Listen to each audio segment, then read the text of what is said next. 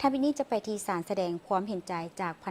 ประธานประเทศแห่งสาธารณรัฐประชาธิปไตยประชาชนลาวถึงประธานาธิบดีแห่งสาธารณรัฐฟิลิปปินส์ต่อกับเหตุการณ์แผ่นดินไหวรุนแรงอยู่เขตภาคใต้ฟิลิปปินส์ในวันที่8มิถุนายน2026ประธานเฟอร์ดินานด์โรมวนเดสมาโกสจูเนียร์ประธานาธิบดีแห่งสาธารณรัฐฟิลิปปินส์ข้าพเจ้ารู้สึกโศกเศร้าเป็นอย่างยิ่งที่ได้รับทราบข่าวเกี่ยวกับเหตุการณ์แผ่นดินไหวรุนแรงที่เกิดขึ้นอยู่เขตภาคใต้ของฟิลิปปินส์ในวันที่8มิถุนายน2026ที่ผ่านมาซึ่งได้สร้างความเสียหายหนักหน่วงต่อชีวิตและทรัพย์สินของประชาชนฟิลิปปินส์จำนวนหลวงหลายที่ดำรงชีวิตอยู่ของเขตดังกล่าวต่างหน้ารัฐบาลและประชาชนลาวก็คือในนามส่วนตัวข้าพเจ้าขอแสดงความเห็นใจและเศร้าสลดใจเป็นอย่างยิ่ง